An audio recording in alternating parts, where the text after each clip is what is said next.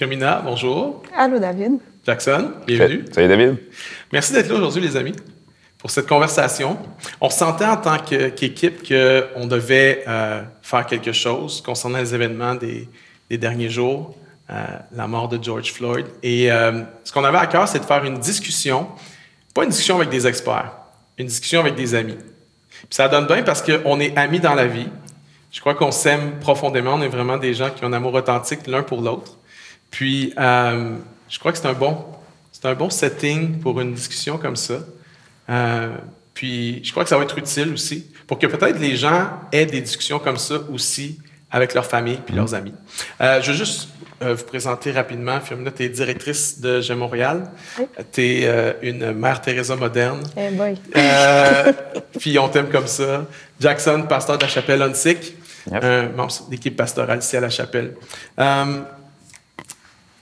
C'est important de dire aux gens que c'est une discussion entre amis. Alors, c'est certain qu'il va y avoir peut-être certaines maladresses, probablement de moi. OK? Alors, si jamais je suis maladroit, les amis, si jamais je dis quelque chose qui ne se dit pas, dites-le moi. Je vais me reprendre, je vais reformuler, je vais m'excuser.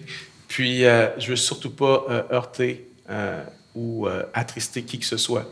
Donc, ma première question, c'est quand vous avez vu ce policier-là, le genou sur le cou de George Floyd, ça a été quoi votre première réaction? Ma première réaction, ça a été... j'ai pleuré. J'ai pleuré de voir que en plein jour, il y a un homme qui s'est permis d'enlever le souffle, la vie à une autre personne sans qu'il y ait rien qui se passe. J'ai pleuré, ça m'a fait mal, ça m'a attristée. Sans honte et sans que personne n'agisse. Ouais. Jackson, ta première réaction, c'était quoi? Moi, c'était très clair, c'était très rapide aussi. Moi, c'était la colère que ça a soulevé la colère chez moi, de voir un homme qui se fait étouffer en pleine rue et que personne ne bouge. Stéphane Laporte a même écrit un article là-dessus. Alors qu'il se fait étouffer, les autres personnes, les autres policiers ont les mains dans les poches ou encore sont en train de filmer, personne ne vient à son aide. Et ça, pour moi, c'est comme le reflet de la société, dans le fond. C'est qu'il y a une injustice, mais personne ne bouge à ce moment-là. Et c'est venu soulever la colère parce que même moi, dans ma vie, j'ai déjà vécu du racisme. Et là, je le voyais de mes propres yeux envers quelqu'un d'autre et personne ne réagissait. C'est vraiment un sentiment qui est surgi en moi, ouais. J'ai quand même quelques amis avec qui j'ai parlé depuis les événements, des amis noirs. Puis ils me parlent beaucoup de ça, tristesse, colère. Mais ils m'expliquaient que ça a fait ressortir chez eux aussi les blessures qu'ils ont vécues eux-mêmes, le racisme qu'eux ont vécu. Voulez-vous nous parler de ce que vous avez vécu, Firmina, toi? Oui, des micro-agressions. Des micro-agressions que parfois les gens ne se rendent pas compte qu'ils commettent, mais qui font mal, qui heurtent. Admettons, pas trop loin. Là, des fois, on dit à Montréal et les environs, c'est bien, hein, on est habitué, on connaît les Noirs, on est à l'aise. Moi, je suis désolée, je suis allée à Mirabel. Je suis avec mon mari, on est à l'épicerie à Mirabel, puis il y a une madame qui m'arrête, qui me dit « J'avais jamais vu Noir avant. Est-ce que je peux te regarder? » Non, je suis pas une foire d'exposition. C'est une droite. Tu sais, non, je suis pas une foire d'exposition. J'avais jamais vu Noir avant, mais voyons. Ben oui, il fait qu'on fait, et pas trop loin, Mirabel. C'est 45 minutes de Montréal, Mirabel. Donc oui, puis à l'église aussi. Puis oui, donne-nous un exemple de l'église, parce que c'est important. Le racisme, c'est pas juste dans la société en général, mais c'est aussi dans l'église, souvent. Non, c'est présent. T'es belle pour une Noire. C'est tellement déplacé comme commentaire. Peut-être que dans ton fond, c'était gentil, là, mais c'est tellement déplacé. T'es belle pour une Noire. Non, je suis belle. Ça veut dire quoi? T'es belle à quel degré? Ben, je suis belle dans ce groupe-là. Si tu me mets avec tous les autres, bof, je suis désolée. Si tu peux pas me dire que je suis belle, point, dis-moi le pas. Ou bien une conversation, on parle, puis la fille, elle me dit, tu sais, moi, les Noirs, je peux pas vraiment être amie avec eux, on voit les choses différemment, mais toi, t'es différente. Je suis différente comment? C'est des petites choses comme ça qui reviennent. Mais ça doit être, étant donné que ça revient souvent, ça doit être extrêmement lourd. C'est plate à dire, mais c'est même... Ça peut plus être lourd. Si je dois porter le fardeau de chaque petite micro-agression, et je vais pas m'en sortir, je vais toujours avoir la face à terre. Ça veut dire que c'est souvent? Ça arrive très souvent. Les gens remarquent juste pas, mais c'est très présent. Jackson, toi, qu'est-ce que tu as vécu? Moi, j'ai vécu de toutes sortes aussi. Là. De la personne qui va me dire hey, tu sens bon pour un noir, tu mets du parfum, c'est nice. Ça veut dire quoi, ça? Que les noirs, d'habitude, quoi, on sent pas bon, on sent une odeur de sueur, on pue. À la personne qui va me dire hey, c'est quoi? Un exemple qui m'a vraiment fait rire au début, mais même je te dirais que j'étais surpris.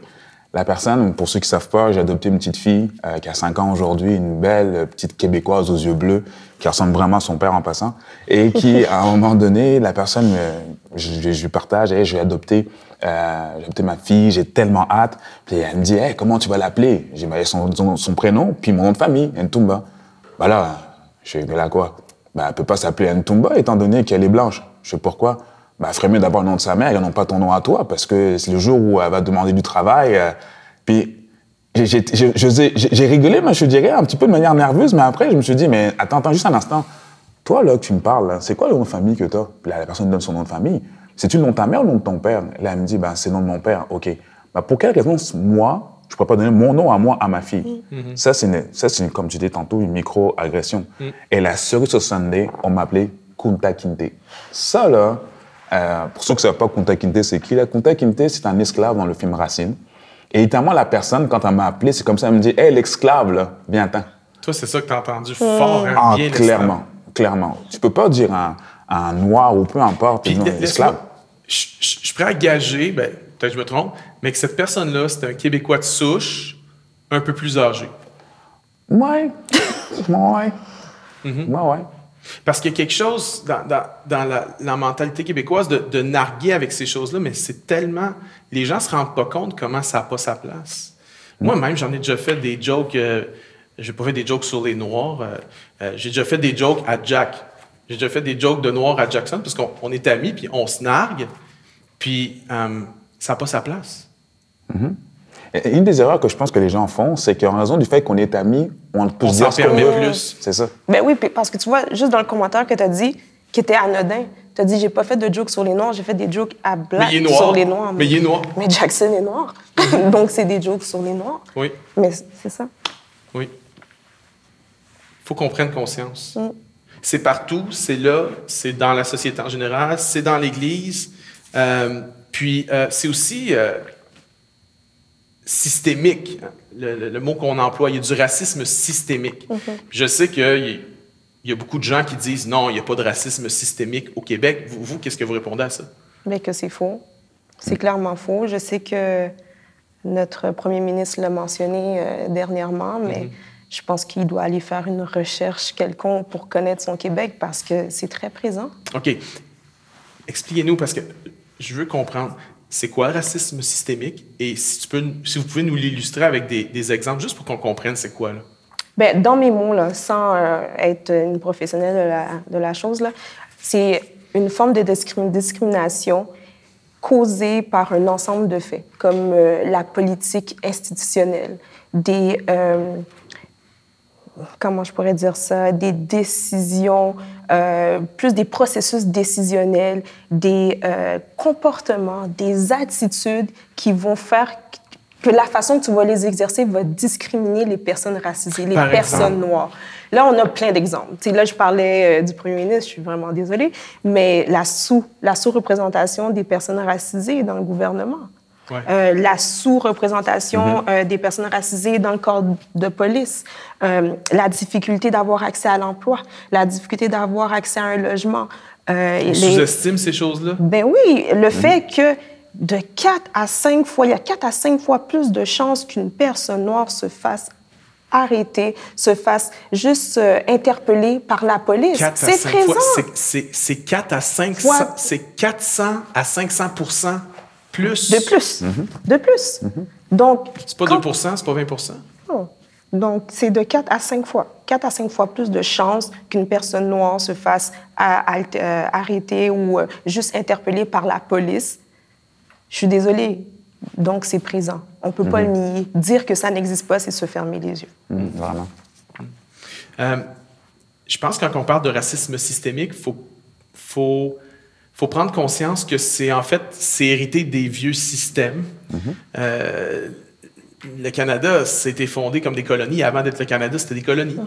Colonies françaises, colonies britanniques. Puis le principe sur lequel les colonies fonctionnaient, c'était la déshumanisation de certains groupes, de certaines couleurs, pour les exploiter, pour répandre l'Empire un peu partout. Et ces vestiges-là sont encore bien présents dans les institutions, mais aussi dans les têtes, dans l'inconscient des gens aussi. C'est très, très fort. C'est pas disparu. C'est encore là, c'est encore présent. Puis il faut le dire. Puis moi, une des choses que je trouve qui est bien en ce moment, c'est qu'on en parle. Si ces événements de George Floyd n'étaient pas arrivés pendant le confinement, peut-être qu'on ne serait même pas en train d'avoir cette conversation-là. Parce que peut-être que tout le monde serait retourné à sa job ou, tu sais, trop d'affaires. Alors, je trouve que c'est le bon côté de cette tragédie, c'est que là, on est en train d'en parler. Puis, vous m'avez parlé de plein de choses que vous avez vécues. Même, vous m'aviez jamais parlé de toutes ces choses-là. J'étais surpris même de voir comment, à l'Église, vous avez eu des micro-agressions ou des propos racistes de gens, ou même notre réceptionniste que j'apprends que quelqu'un appelle puis il y a vraiment des propos racistes envers elle, que j'étais un peu scotché. Et ça, je crois, c'est parce que vous êtes tellement habitués que vous n'êtes pas en train de crier au loup ou au meurtre à chaque fois qu'il y a quelque chose, parce que c'est fréquent. Ben, si je peux me permettre, David, je dirais pas qu'on est habitué, parce que le fait de dire qu'on est habitué, c'est comme si on l'accepte. Je veux dire qu'il y en a souvent, oui. Okay, l'habitué, non. Non, pas habitué dans le sens d'accepter, mais c'est à répétition. Oui, mais on ne peut jamais s'habituer à ça. Je pense que l'attitude que l'on a, et que je pense qu'une attitude qui doit changer aussi, c'est être en mesure de pouvoir le dire quand ça arrive. Être capable de pouvoir en mettre des mots quand ça arrive. Quand quelqu'un a des propos qui sont d'ordre raciste, de dire, mais regarde, stop, ça là, c'est raciste, puis je l'accepte pas. Puis de se tenir à ça. Puis je pense que une des choses que l'on doit réaliser, c'est il faut parfois éduquer et informer les gens. Tout à fait. Le fait de ne rien dire, c'est d'accepter ce que l'a dit la personne. Et le fait de le manifester peut complètement changer la discussion, même carrément changer la pensée de la personne vis-à-vis de la situation. Puis c'est ça le bout, en fait, qui se passe avec les événements malheureux. C'est que là, les gens ont dit « assez, c'est assez ». Donc là, on va commencer à parler. Puis c'est en faisant ça, en dénonçant les petits mots, les petits gestes, que là, on commence à dire « non, ce que tu viens de faire, c'est pas correct ». Et c'est notre responsabilité à nous, toute l'Église, de dénoncer tout ça, de se tenir aux côtés de vous, puis de dire « non, c'est pas correct », que c'est pas juste aux personnes noires ou de couleur de dire « c'est pas correct », c'est à tout le monde. C'est à tout le monde, tout à fait, parce que moi, j'ai plein d'attentes. Je sais que les gens ils disent qu'il ne faut jamais se faire des attentes envers des gens. Moi, je suis désolée, moi, j'ai plein d'attentes. J'ai des attentes envers toi, qui est mon pasteur. J'ai des attentes envers ma congrégation chrétienne. J'ai besoin de savoir que oui, vous êtes avec nous et que vous allez nous appuyer, puis vous allez prendre action à partir de maintenant. Parce que, on souffre. On souffre. Puis quand une partie du corps souffre, tout le corps souffre. De tout ça, là, de tout ce qui se passe, là, que ce soit dans chrétien, non chrétien, moi, j'entends un cri de « allez-vous souffrir avec nous? Allez-vous pleurer avec nous? » J'entends ça. Est-ce que j'ai tort? Non, du tout. Tu as raison. Non. Okay. Il y a du racisme conscient dans plein d'endroits, systémique, non systémique, mais il y a aussi du racisme inconscient. Moi, je veux qu'on parle de ça parce que ces événements-là m'ont amené à me questionner beaucoup et ça m'a amené à découvrir des choses que je ne m'attendais pas. J'ai découvert cette semaine, en faisant des recherches, que j'avais du racisme inconscient. J'ai compris pourquoi bien des Québécois disent « ben non, je suis pas raciste, moi. » C'est que souvent, c'est tellement dans l'inconscient qu'on s'en rend même pas compte. On a des billets, je parle pas d'un billet de 5 $, un billet dans le sens d'être biaisé. On est biaisé de par l'héritage culturel qu'on a eu, les vestiges du colonialisme.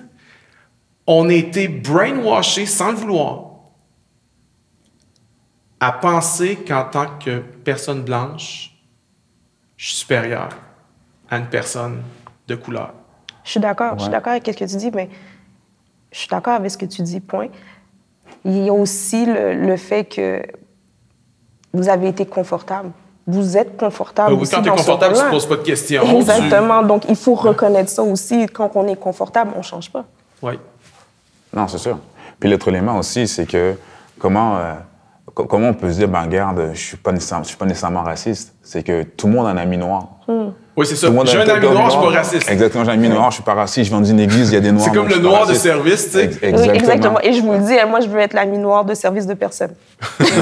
J'ai juste des amitiés, c'est ça. Quand je t'ai veux pas être invité l'ami chez nous noir. au jour de l'an, C'est ça. puis Oui, que t'es pas venu, Non, c'est ça. c'était pas parce que t'étais le noir de service. c'était pas pour ça. Puis c'était l'autre- pas- Mais c'est incroyable même des éléments parfois de dire, ben moi, je suis pas raciste, j'ai un gendre ou j'ai une petite fille qui est noire. Mais parfois, dans nos paroles, on peut parfois avoir des choses qu'on dit qui peuvent être à caractère raciste. Oui. Puis l'autre affaire, quand tu disais tantôt au niveau du privilège, quoi que ce soit, une chose que moi j'ai remarqué, c'est que il y a toujours cet élément de partout où vous allez en tant que blanc, il y a cet élément de vous êtes toujours bien vu d'une certaine façon, vous êtes toujours, vous êtes toujours au-dessus. J'ai un exemple, moi je suis africain, je viens d'Afrique. Quand je vais en Afrique, l'homme blanc est toujours mieux placé que l'homme noir. Moi, j'ai voyagé, ça me répugne, ça. Quand je voyage, puis qu'on me donne un statut princier parce que je suis blanc, ça me donne le goût de vomir. Je déteste ça. Mais c'est là, c'est présent, c'est des vestiges encore du colonialisme des centaines d'années plus tard. Donc, il y a ce qui est conscient. Tu sais, moi, j'en ai fait des jokes conscientes à Jackson, puis ça n'avait pas sa place, Jack. Puis même si on s'aime, puis même si tu me fais des jokes sur d'autres choses, ça n'a pas sa place. C'est pas correct. Mais j'aimerais qu'on revienne à l'inconscient. Parce que pour moi, il y a vraiment un enjeu là dans l'inconscient. Nos biais sont tellement grands. Juste prendre le temps de, en une minute ou deux, là, je vais expliquer un peu aux gens ce que j'ai compris, moi, cette semaine. Si on demande à un Québécois de souche, qui a découvert le Canada? Ben, Jacques Cartier. Qui a découvert l'Amérique? Christophe Colomb. Mais en fait, ça, c'est une aberration en lui-même. C'est une pensée colonialiste parce que quand Colomb est arrivé aux Amériques, il y avait du monde, il y avait des millions de personnes, il n'a rien découvert. Hein? Si je découvre ton portefeuille, là, je le découvre pas, je le vole, ton portefeuille, tu sais. Et là, je me souviens, il y a un film qui est sorti, je pense, en 2016. C'était avec Kevin Costner. Ça racontait l'histoire de femmes qui avaient travaillé à la NASA dans les années 60 dans le programme spatial Apollo. Les femmes étaient des calculatrices, c'est pas péjoratif. Dans le genre, il y avait des gens qui calculaient, des calculateurs. Et on voulait pas les mettre en avant, c'était caché, tout ça. Puis j'avais aimé le film. Puis mon bout préféré dans le film, c'est quand Kevin Costner prenait la barre à clous puis qu'il frappait sur la pancarte les toilettes pour les femmes de couleur. Puis en ayant une discussion avec mon amie Stacy, je dis c'était tellement bon ce film-là. Ça, c'est le meilleur bout. Puis elle dit ben non, ça, c'est le pire bout du film. Je dis ben pourquoi? Elle dit parce que c'est le blanc qui vient sauver le pauvre petit noir. Puis là, j'ai fait crap! J'avais jamais vu ça. Fait que ça fait juste démontrer à quel point c'est notre biais, mon biais blanc, il est ancré profondément qu'il y a un racisme inconscient. C'est une position de supériorité qu'on se met sans s'en rendre compte. Et moi, ce qui m'a scotché cette semaine, puis après ça, je vais vous redonner la parole, mais je veux dire ça. Ce qui m'a scotché cette semaine, c'est une étude que Anita Phillips, Dr. Anita Phillips, qui est une anthropologue chrétienne, psychologue même, plus psychologue qu'anthropologue, elle a cité dans une de ses vidéos une étude qui a été faite à l'université Yale en 2018. Ils ont fait ça dans un congrès pour professeurs pour des enfants d'âge préscolaire. On leur a montré une vidéo. Dans la vidéo, il y avait 2 enfants noirs, 2 enfants blancs, un garçon, une fille. Et on a dit à ces professeurs-là, dans cette vidéo, il y a des enfants qui ont des mauvais comportements, essayez de trouver c'est lesquels. Mais c'était pas vrai. En fait, l'étude, c'était pour démontrer vers quel enfant le regard des professeurs allait aller. Il y avait des appareils qui regardaient et qui filmaient ça de la haute technologie. Et tous les professeurs, leurs yeux ont été d'abord vers les enfants noirs. Quand on a donné aux professeurs le résultat de cette étude-là, parce qu'ils ne pouvaient pas le faire à leur insu, ils étaient dévastés. Ils n'en revenaient pas. Et ils leur ont demandé la permission de garder le data pour l'étude, puis ils ont dit oui, il y en a un qui a dit non. Parce qu'ils ont dit, notre biais est là, il est ancré tellement fort, il est même dans notre inconscient, faut le dire, faut le dénoncer pour que ça puisse changer. Fait que moi, je dis ça pour dire, si vous pensez que vous n'êtes pas raciste, attention avant de dire ça. Puis c'est vraiment malheureux parce que je suis pas étonnée. Je suis pas étonnée de cette étude-là. Je suis pas étonnée parce que la pensée humaine est souvent associée. La pensée humaine fonctionne par association. Puis malheureusement, la personne noire ou la couleur noire a une connotation négative. Donc, est-ce qu'on est, en tout cas moi, est-ce que toi, tu es étonné que les yeux des professeurs sont allés directement sur les enfants noirs? Non, pas. Non, parce que quand il y a une bagarre, admettons, dans la cour d'école ou quoi que ce soit, puis on va demander au professeur d'intervenir ou dans toute situation, on va avoir le regard sur l'enfant noir. Puis, j'ai beaucoup aimé, justement, Anita Phillips, elle disait, à force de regarder, tu vas finir par avoir quelque chose. Tu vas trouver quelque chose. C'est clair. Tu vas trouver C'est quelque clair. chose. C'est clair. Moi, ça m'a amené à me poser la question, j'aurais mis mes yeux où?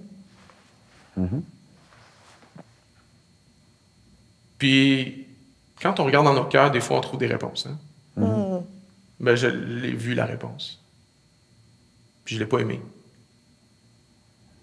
Je pense que mes yeux auraient été vers l'enfant noir. Et c'est ça qu'il faut réformer. Et ça se réforme pas avec des programmes. Oui, il faut changer les systèmes. Oui, il faut militer. Oui, il faut prendre des... Mais ça prend un changement de cœur. Et c'est là que le message de Jésus, c'est là que l'Évangile est notre espoir. Parce que Jésus crée des nouveaux cœurs. On pourra en parler peut-être plus tard, mais j'aimerais ça qu'on aille dans les solutions. Qu'est-ce qu'on peut faire? Puis on va répondre à cette question-là, mais juste avant, qu'est-ce qu'il ne faut pas faire? Parce que j'ai l'impression que des fois, on fait des affaires pensant bien faire, puis on fait du mal. Parce que c'est pas parce que tu as des bonnes intentions que tu vas me faire du bien nécessairement. Qu'est-ce qu'il ne faut pas faire? C'est quoi, là? Arrêtez de faire ça, s'il vous plaît. Généraliser, stéréotyper, du genre les blagues sont toujours en retard, les blagues sont ceci, vous les noirs. Vous les cette séparation. Quoi d'autre encore que... Porter les poids de nos émotions. Je te demande pas ça. Je ne demande pas ça à personne. Accepter l'inacceptable. Accepter l'inacceptable. Point. Si on s'arrête juste à ça, là, non. Ne pas faire ça. Accepte pas l'inacceptable. Encore dire, oh, je demande pardon pour tout ce que mes ancêtres ont fait pour toi. Ça amène pas non, ça rien, mène rien. ça. Ça Demander me pardon pour des réconforte pas, choses là. que tu n'étais pas là. Puis, Non, du tout. on s'attend plus à avoir des changements ici, pas demander pardon pour les trucs d'avant. Je comprends. Exactement. Est-ce que je dois me sentir coupable d'être blanc? Non. Non, vraiment pas. Ben non.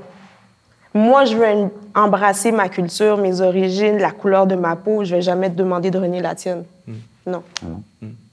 Puis de dire, moi je l'ai déjà dit, là, puis plein de gens le disent, je vois pas ça, les couleurs. Moi. Non. Ah, c'est ouf. Faut pas dire ça, hein? Non, faut faire attention à Je ça. suis dans, pour de vrai, là, non. On vit pas dans un monde de licorne. Je suis désolée, j'ai peut-être offensé des gens, là, mais ça vient me chercher. On vit pas dans le monde des licornes. Dieu nous a fait d'une certaine façon. Et C'est Dieu pas m'a pour qu'on nie créé. cette réalité. Exactement, là. Dieu, il nous a créés, là. Il nous aime comme qu'on est. Donc, j'ai pas nié que je suis noire. Puis, juste pour mes enfants. Et moi, j'ai la peau noire. J'ai une histoire, j'ai des origines, j'ai des ancêtres et je veux pouvoir transmettre ça à mes enfants. J'ai pas nié que je vois pas la couleur. C'est pas vrai.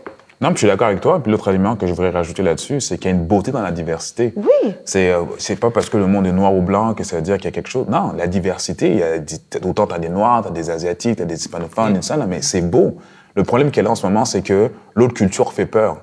Mais si on n'enseigne pas, un des éléments qu'il faut aussi amener, qui peut beaucoup nous aider, c'est informer, enseigner, même à la génération future. L'ignorance nous tue. Exactement. L'ignorance nous tue. Exactement. Le dire, voici, il y a une beauté dans telle culture. C'est une chose que moi, je dois apprendre à ma fille. Il y en a qui me disent, c'est facile, t'es noir. De dire à ta fille d'aimer les noirs. Mais non, c'est juste une question de, dans les voyages, dans les discussions. Nous, dans l'église, on a la chance de pouvoir avoir une église qui est très multiculturelle. De dire, hey, on va aller manger avec des hispanophones, on va manger avec des Haïtiens, on va manger avec des Asiatiques, on va manger... Il y a une beauté dans tout ça. Et tant qu'on ne verra pas la beauté dans tout ça, il va y avoir un problème. Donc, on est déjà dans les pistes là, de solutions, justement. Là, tu parles d'avoir des amis, de partager avec d'autres qui sont de d'autres couleurs que nous. On peut-tu dire ça? De d'autres couleurs que nous, ça va? J'ai le droit de dire ça? OK. Parlons de ce qu'on peut faire. Qu'est-ce qu'on peut faire? Moi, en tant que personne blanche, qu'est-ce que je peux faire pour changer les choses? Rien que ce qu'on fait en ce moment est un changement. Le fait de Moi, je pense que s'arrêter. oui. Moi, je pense qu'il y a du monde qui vont dire « Ah, ça fait rien. » Je suis pas d'accord. Non, mais le fait juste de s'arrêter et de reconnaître que voici, il y a besoin d'un changement. De s'arrêter, de prendre le temps de discuter. Je pense que le dialogue est quelque chose qui est très important. On peut parler de dialogue dans un couple, la communication est quelque chose d'important. Autant, je pense que dans les échanges que l'on peut avoir, les noirs envers les blancs, ou peu importe, c'est pouvoir partager nos cultures, partager ce que nous vivons. Un élément qui est très simple, s'inviter à souper. Ouais. On va manger ensemble. Totalement. C'est autour d'un repas qu'on apprend à connaître l'autre, aller manger ensemble, faire des activités ensemble. Puis ne pas juste dire « Hey, j'ai un ami noir ». Hey, j'ai un ami, nanana. Non, de dire que je connais plusieurs personnes, puis j'aime ça être avec eux, j'aime ça partager avec eux. Je pense que, comme tu disais tantôt, l'ignorance tue. Oui. Mais si on fait ça, je pense que ça peut vraiment être une bonne action à faire. Puis si je peux ajouter juste à Jackson, être des alliés à la cause. Oui. Là, on parle d'action, là. Oui. Je veux pas juste voir un post sur Facebook. C'est facile de C'est juste beau, poster c'est quelque chose, gentil. puis se sentir bien, puis se sentir Mais ça veut tellement rien impliqué. dire, ça veut rien dire. Et il y a des gens qui ne posent pas, qui sont très actifs, donc ça veut Oui. rien dire. Être des alliés à la cause, dénoncer, adresser. Quand il y a quelque chose, quand on voit quelque Oui, chose. parce qu'à un moment donné, moi, je suis désolée, là, mais si tu es avec ton cousin, ton beau-frère, ton grand-père, puis la discussion s'enflamme, puis qu'ils disent quelque chose sur les Noirs, puis que tu dis rien, mais c'est comme si t'acquiesces. Exactement. T'acquiesces, t'es d'accord Exactement. avec ce qu'ils disent. Donc, adresser les choses, puis arrêter les gens, dire non, t'as fait un commentaire, t'as fait une blague. C'était déplacé. Oui. C'était déplacé. Puis à leur tour, c'est de les apprendre, c'est de les enseigner, les éduquer, les informer, puis C'est à leur ça. tour, sensibiliser C'est les ça. autres. Exactement. Moi, on parlait d'éducation. L'ignorance tue, on l'a dit. Moi, ce que j'ai appris cette semaine, ça va m'aider.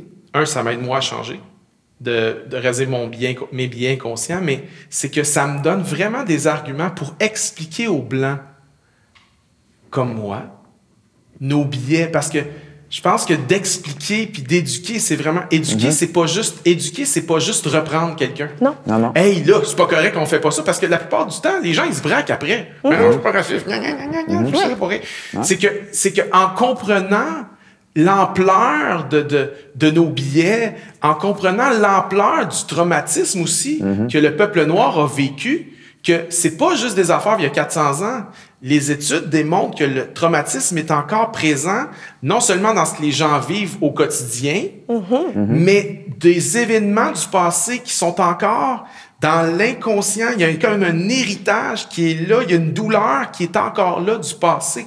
Donc, l'éducation, pour moi, est vraiment importante pour pas juste dire à quelqu'un « Hey, on fait pas ça », mais pour pouvoir expliquer tout ce qu'il y a derrière. Moi, de comprendre que « Hey, je suis un raciste inconscient ». Juste amener une nuance dans ce que tu viens de dire, David, concernant l'héritage de nos ancêtres qu'on a reçu et tout ça, et qui nous amène à réagir peut-être de telle façon aujourd'hui. Je pense que c'est aussi un héritage que vous avez pu recevoir, un héritage colonialiste qui nous amène à réagir de telle façon aussi. Oui. Il faut voir ça des deux côtés, je pense. Absolument, il ne faut pas juste voir ça, ah mon Dieu, les pauvres noirs, le traumatisme.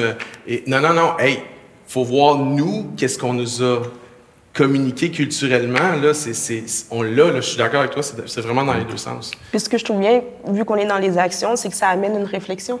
Ça t'amène à poser une réflexion. Oui. Parce que si je fais référence à le mouvement MeToo, qui a eu lieu un an et demi à peu près, ben tout le monde s'est questionné. Tout le monde s'est questionné à savoir, hey, est-ce que j'ai déjà posé un acte répréhensible? Est-ce que j'ai déjà posé un acte déplacé envers un collègue, envers une amie, envers un ami?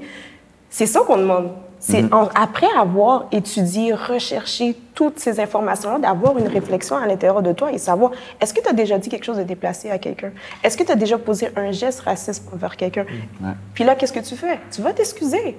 Tu prends conscience et tu t'excuses, puis t'enseignes aux autres. Oui. Vraiment. Moi, une des choses qui m'a frappé cette semaine, c'est de réaliser qu'on ne s'informe pas. On ne s'éduque pas. Je ne m'étais jamais vraiment éduqué là-dessus.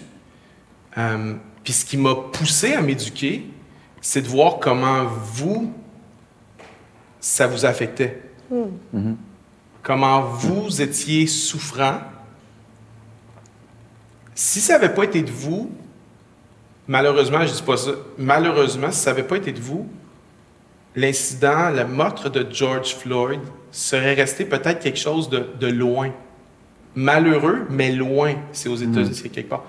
Mais de voir votre souffrance à vous m'a amené à me questionner, mais il faut que je comprenne Faut que je comprenne leur souffrance. Fait que c'est beau en même temps que... C'est beau d'un côté, puis c'est pas beau de l'autre. D'un côté, c'est beau, c'est que, OK, mais malheureusement, on est plus concerné quand c'est nos amis. Alors, vous étiez concernés, je me suis concerné à cause que vous étiez concernés. Mais ça me ramène aussi à l'état de mon propre cœur, qu'on peut tellement être insensible à quelque chose quand c'est loin, quand c'est pas dans notre cour, quand c'est pas nos amis, quand c'est pas notre famille.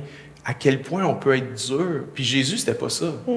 Jésus, lui, la personne près ou loin, il avait compassion pour elle. C'est vrai. Le bon samaritain, il était loin, il n'était pas de la même culture, il était probablement même pas de la même religion. Puis il s'est arrêté. Ouais. Ça m'a confronté à ça, de Seigneur, mon cœur est dur. Je veux être concerné par toute souffrance, pas juste celle qui est proche de moi, pas juste celle qui concerne mes amis, mais celle qui concerne les gens que je connais même pas aussi. Autre piste de mais je pense aussi un élément, David, qui nous aide aujourd'hui à pouvoir nous arrêter, même nous en tant que communauté noire, de nous arrêter, c'est que, c'est faux à dire, mais le COVID, le fait que tout s'est arrêté en ce moment-là, nous permet de mieux réfléchir à la situation. C'est que, OK, George Floyd, avant George Floyd, il y en a eu d'autres personnes qui sont mortes aussi. Il y en a eu plein. On parle de... Et malheureusement, je dirais malheureusement, il y en a d'autres qui sont morts. Que ce soit, ils ont été tués ou par une arme à feu ou peu importe. Mais le fait qu'on s'arrête en ce moment, moi, je peux même aller jusqu'à dire que Dieu nous permet que qu'on soit à ce moment-ci, qu'il y a un temps dans l'histoire où Dieu veut qu'on s'arrête et qu'on réfléchisse, nous, en tant qu'Église, comment on peut amener un changement. Nous, en tant qu'Église, nous arrêter et sonder nos cœurs aussi, de dire, ça se pourrait-tu qu'en tant qu'Église, on peut être raciste, on peut avoir des propos racistes, on peut avoir une pensée raciste. Et je pense que ce que Dieu veut, c'est qu'on soit le reflet de qui il est. Et si on veut l'être, c'est en passant par des moments comme on passe en ce moment. C'est quoi le reflet de qui est Dieu? Tu dis ça, puis ça me pop. C'est quoi? Dieu, c'est quoi? Dieu, c'est... La Trinité, c'est quoi? C'est l'unité dans la diversité. Exactement. Ça, c'est le Dieu trinitaire qu'on adore. C'est l'unité dans la diversité. Alors, si on veut bien refléter notre Dieu, on ne peut pas le faire sans diversité. Puis on ne peut pas le faire sans unité non plus. Exactement. Avez-vous d'autres choses à nous suggérer, d'autres choses qu'il faut faire? Bien, on a parlé beaucoup de discussion, de sensibiliser les autres, de dénoncer, adresser, être des alliés. On a mis un petit peu de côté les discussions avec nos enfants. Parce que si on ne veut pas que la prochaine génération fasse la même chose, je pense qu'il faut avoir des discussions avec nos enfants sur comment qu'on traite, comment qu'on agit avec la différence, comment qu'on est avec les enfants, avec les personnes différentes. Je pense qu'il y a un enseignement aussi qui doit être fait auprès des enfants. Parce qu'eux, ils vont juste répéter, ils vont regarder, puis ils vont répéter les actes. Donc, il faut tout de suite enseigner à nos enfants. C'est excellent, c'est excellent. La conversation qu'on a maintenant, il faut l'avoir avec nos enfants. Il faut l'avoir avec nos amis. Il faut l'avoir avec nos familles. Puis je pense que si on a cette conversation-là juste avec des personnes de la même couleur que nous, on manque le bateau complètement. Parce que si on ne s'assoit pas comme ça, comment je peux compatir si on n'est pas assis? Fait que là, aujourd'hui, il y a peut-être plein de gens qui vont critiquer ce qu'on a dit, ce qu'on n'a pas dit, ce qu'on aurait dû dire, puis on n'a pas le temps de tout dire dans quelques minutes comme on le fait, là, mais au moins on est assis, au moins on se parle, vous parlez de vos blessures, on fait notre mea culpa. Je vous dis, j'avais du racisme inconscient, je réalise ça, je crois qu'il y a plein de gens qui doivent réaliser ça. C'est dans des conversations comme ça que ça va prendre place, sinon on va rester dans notre obscurantisme, puis on va rester dans notre racisme, puis il y a des gens qui vont souffrir encore, puis on ne reflètera pas le cœur de Jésus. Yes! Ouais, puis je dirais qu'on parle d'enseigner nos enfants, je peux rajouter quelque chose aussi face à ça. Oui, bien sûr. On parle de paroles, mais il faut amener des actions aussi. Qu'est-ce qui nous empêcherait de prendre nos enfants et de porter des actions envers des personnes qui sont différentes de nous? C'est bon, ça. L'élément de « viens avec moi, on va venir en aide à telle personne », l'enfant va voir que non seulement il est utile, mais en plus de ça, il va découvrir notre culture, puis ça va l'amener à voir les choses de manière différente. Mais là, ça me pop. Quand tu dis ça, viens, on va aller... Pour un blanc, il faut faire attention. Parce que, hey, viens, on va aller aider le pauvre noir. Mais c'est pas aider. Là, on n'est même plus dans le aider. C'est... À quoi ton cercle d'amis tu veux qu'il ressemble? Exactement. Moi, je suis désolée, là, mais si j'ai un enfant, je veux que mon enfant ait de la diversité alentour de lui. Je veux que mon enfant en apprenne le plus possible sur les... C'est ça, je veux que mon enfant en apprenne le plus possible sur toutes les cultures possibles. Je veux pas qu'il reste juste avec un groupe. Donc, c'est plus une question d'aider, c'est une question que je veux que tu fraternises avec le plus de personnes possible. tu t'enrichisses de toute la culture puis des valeurs que ces personnes ont. Oui. Là. Il y a une idée qui a été donnée cette semaine par quelqu'un de notre staff. À la chapelle, on a différents énoncés de culture. On a à peu près une dizaine, comme par exemple, impossible n'est pas dans notre vocabulaire. C'est un de nos énoncés de culture. Nous, plus grand que moi, c'est un de nos énoncés de culture. Et la façon qu'on les a conçus, c'était pour nous garder les uns les autres lorsqu'on a des attitudes, des paroles ou des comportements qui sont pas corrects. Par exemple, si Jackson me partage une idée, puis que moi, je manque de foi, puis je dis, c'est impossible. Là, Jackson dit, non, Dave, impossible n'est pas dans notre vocabulaire. Puis là, je vais dire, OK, excuse-moi, finis ton idée. Et quelqu'un qui a proposé cette semaine qu'à la chapelle, on ait un énoncé de culture, justement, qui, pour prévenir toute parole, toute insinuation, stéréotype raciste ou quoi que ce soit. Puis on a trouvé que c'était vraiment une bonne idée. Alors on va en écrire un, il faut trouver la bonne formulation. On va en écrire un pour se garder, nous, le staff de la chapelle, là-dedans. Et je crois que ça va avoir un impact vraiment positif sur toute la congrégation. Parce que c'est nous, en tant que staff, qui donnons l'exemple à toute l'Église. Bonne idée. Voulez-vous ajouter quelque chose sur les choses à faire avant que je pose une dernière question? Non, il y a tellement de choses à faire. Renseignez-vous. Honnêtement, là, c'est le mot d'ordre. Renseignez-vous. Puis avec la situation présente, il y en a beaucoup de choses qui sont sorties sur qu'est-ce que je peux faire en tant que personne, qu'est-ce que je peux faire. La semaine passée, là, excusez, là, mais j'ai trouvé ça tellement beau quand tu as prêché sur un nouveau monde. Ben, c'est ça. Ben, prends tes dons et talents. Oui. Puis amène le ciel sur la terre. Utilise-les pour faire la différence. Utilise-les justement dans cette action-là qu'on est en train de prendre. Ben, utilise ton don et talent pour être un allié. Amen. Amen. Être sensible, être à l'écoute, je dirais. Être à l'écoute. Être à l'écoute, être sensible aux besoins de l'autre. Pas d'écoute, pas d'empathie. Exactement. Pas d'écoute, pas de connaissance. Exactement. Ouais. L'écoute, c'est quelque chose de super important aujourd'hui. OK, dernière question. Avez-vous de l'espoir pour le futur? Oui, clair. J'hésite même pas. OK. Oui, j'ai de l'espoir. J'ai de l'espoir parce que moi, je crois au changement. Oui. Je crois au changement profond. Oui. Et je crois qu'une partie de ce changement-là doit venir de l'Église. Je crois réellement qu'une partie de ce changement-là doit venir de l'Église parce que, comme tu l'as dit, ça va commencer par nos cœurs. Puis je crois qu'on va arrêter de devenir des chrétiens consommateurs, si je peux utiliser le terme. Oui. Des chrétiens consommateurs qui reçoivent, puis qu'après rentrent chez eux et font rien. Non, en tout cas, moi, je veux être une chrétienne, je veux être quelqu'un qui aime Dieu et engagé, qui va poser des actions concrètes pour que mon cœur soit le plus aligné possible avec le cœur de Jésus. Puis je sais, il n'y a personne de parfait et je suis pas parfaite, mais je vais travailler à tous les jours pour que mon cœur soit aligné avec le cœur de Jésus et être engagé et me lever et que mon Église, ma communauté chrétienne, se lève pour toute injustice. Donc oui, j'ai de l'espoir, clair. Jack? Ah non, c'est sûr que j'ai de l'espoir, sinon je ne serais pas là aujourd'hui. Si j'aurais pas d'espoir, je serais enfermé chez moi à rester dans ma colère. J'ai de l'espoir parce qu'on fait des choses comme on fait en ce moment. J'ai l'espoir parce que je crois que je peux être un agent de changement. L'espoir démarre avec toi. De qu'est-ce que tu veux faire, de qu'est-ce que tu veux devenir, de qu'est-ce que tu veux partager autour de toi, comment tu veux impacter les gens autour de toi. J'ai l'espoir parce qu'à travers ce qu'on vit en ce moment, je peux être un agent pour amener les gens à pouvoir changer. Donne-moi l'opportunité de pouvoir être une personne qui va influencer d'autres personnes. Et ça commence par la manière dont je me comporte envers eux. Et ça va commencer aussi la manière dont je vais les enseigner face à ce qu'on peut vivre en ce moment. J'ai espoir pour la génération future. De ce que l'on vit en ce moment peut vraiment avoir une portée éternelle sur la génération qui s'en vient. Moi, je dirais j'ai même espoir à cause de la génération future. À cause des jeunes qui se lèvent et qui veulent que ça change. Parce que ça n'a pas de sens pour eux. Parce qu'ils ont moins d'héritage colonialiste. Le brainwash est un peu moins grand, peut-être, en général, bien sûr. Je ne parle pas de tout le monde, mais oui. Puis il faut dire les vraies choses. Quand on regarde ce qui s'est passé il y a 400 ans, ce qu'il y a aujourd'hui, là, il y a beaucoup de choses qui ont changé. Mais quand je dis beaucoup de choses, je vais faire attention. Il y en a qui vont dire, mais attends, tu rigoles, les choses n'ont pas changé, les Noirs sont toujours aussi... Non. Il y a des changements que l'on voit et des micro-changements. Oui. Puis il ne faut pas s'attendre à ce que les changements vont se faire du jour au lendemain. Il va y avoir des micro-changements qui vont se faire, je crois... C'est une réalité. C'est ça, c'est des décisions qu'on doit prendre à chaque jour, d'être le reflet de qui est Jésus. De dire, moi, le commandement que Jésus m'a donné, là, c'est d'aimer mon prochain comme moi-même. Oui. C'est facile de pouvoir aimer Dieu, mais si j'aime pas mon prochain, il y a quelque chose qui ne marche pas. Donc, moi, je veux refléter, comme disait Fermina tantôt, je vais aimer Dieu, et je vais aimer les gens de la bonne façon avec le cœur de Dieu. Mais pour voir les changements, premièrement, c'est l'Esprit de Dieu qui va faire des changements en moi afin de pouvoir aimer d'autres personnes.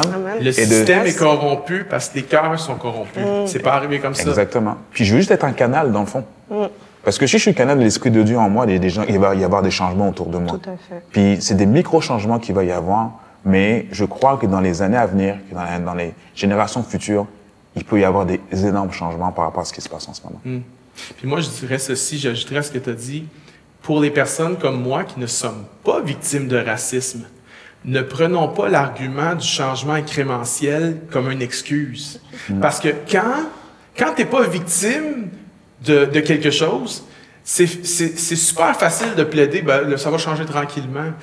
Il faut que ça change aussi là, maintenant. Ouais. Puis, il y a une réalité que oui, il y a certaines choses qui sont incrémentielles, mais aussi dans l'histoire, il y a aussi des moments charnières, des moments où il y a eu quelque chose de marquant qui a amené un grand progrès. Moi, j'ose croire que 2020, ça va être une de ces années-là. Yes. Une année où il y a un grand pas qui a été franchi à ce niveau-là. Puis moi, de l'espoir, je suis content de vous entendre dire ça parce que moi, de l'espoir, j'en ai. Peut-être c'est plus facile pour la personne qui est pas victime de racisme d'en avoir, mais j'en ai de l'espoir parce que moi, mon espoir, c'est le narratif biblique, c'est l'histoire que la Bible raconte. C'est ce que l'apôtre Paul dit dans Romains 8 que oui, il y a des souffrances du temps présent, mais n'ont rien à voir avec la gloire à venir, que les souffrances du temps présent sont comme les douleurs de l'enfantement. Maintenant, toutes les femmes qui ont accouché savent que les douleurs d'un accouchement, c'est pas des souffrances qui ont pas de sens. C'est des souffrances qui vont donner naissance à quelque chose. Et Paul nous rappelle dans Romains 8 que toutes les souffrances du temps présent ne sont pas vaines. Ce sont des douleurs de l'enfantement, que l'issue de ça est assurée. C'est pas une souffrance qui va être perdue, gaspillée. Non, ça fait mal, c'est difficile, mais il y a un sens, puis l'issue est assurée parce qu'on sait que Jésus va rétablir toutes choses. Jésus va restaurer toutes choses. Il a commencé à sa résurrection, puis il va l'achever avec son retour. Puis nous, en attendant, on va travailler à faire descendre le ciel sur la terre. En attendant, on va travailler à lutter contre le racisme autour de nous et surtout celui qu'il y a dans nos propres cœurs, avec l'aide du Saint-Esprit, que c'est là que le message de Jésus, selon moi, est celui qui transcende tous les autres messages et tous les beaux messages d'espoir. Il y a quelque chose qui manque si on ne considère pas Jésus, parce que Jésus est le seul qui peut transformer nos cœurs par la puissance du Saint-Esprit. Exactement. Jésus est le seul qui peut transformer un raciste notoire en quelqu'un qui aime son prochain, qui est d'une autre couleur que lui. L'apôtre Paul. Hey, That's it. hey, Yes. L'apôtre Paul, Yes. c'est exactement ça. Oui. Dieu le fait passer d'un meurtrier à un messager. C'est hallucinant. ouais, Ce gars-là, il a hissé les chrétiens. Là. ouais, Et quand tu regardes le Nouveau Testament, la plupart des écrits du Nouveau Testament, c'est l'apôtre Paul qui les a écrits. Ouais. Là. Donc c'est là qu'on ramène l'aspect de c'est juste Dieu qui peut changer les cœurs. Yes. ouais. On peut faire tout ce qu'on peut, là, tout ce Oui. qu'on veut. Il y a juste Dieu qui peut changer Oui. mon cœur, changer ton cœur, changer le cœur de Fermina et de ceux qui nous écoutent. Oui. Alors, les questions qu'on se pose, c'est, OK, est-ce qu'il y a du racisme conscient dans ma vie? Est-ce qu'il y a du racisme inconscient dans ma vie? Et je pense que beaucoup de monde, moi inclus, doivent répondre à cette question-là. Mais voici l'espoir, c'est que avec la repentance vient la puissance de l'Esprit de Dieu pour changer dans notre pratique, pour réformer notre intelligence et pour être capable de bâtir un monde plus beau, plus juste, plus égalitaire, où les couleurs ne sont pas un prétexte d'inégalité, mais que les couleurs sont célébrées et qu'on reflète notre Dieu trinitaire, notre Créateur. C'est une conversation super intéressante. Je suis déçu qu'on peut pas continuer. J'aimerais ça qu'on continue, mais on va sûrement avoir d'autres opportunités à un moment donné de poursuivre cette conversation-là. Faudrait pas qu'on termine sans prier. Faut qu'on prie. Et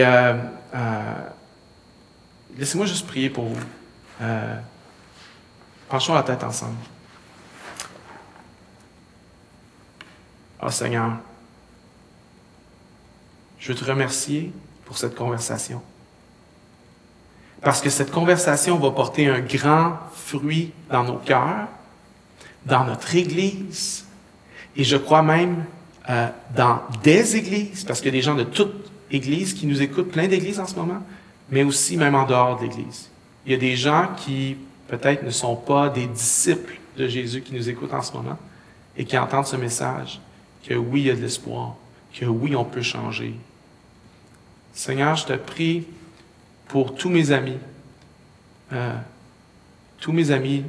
de couleur qui souffrent en ce moment, de voir ces événements-là qui viennent, qui souffrent des injustices qu'ils vivent même eux-mêmes au quotidien.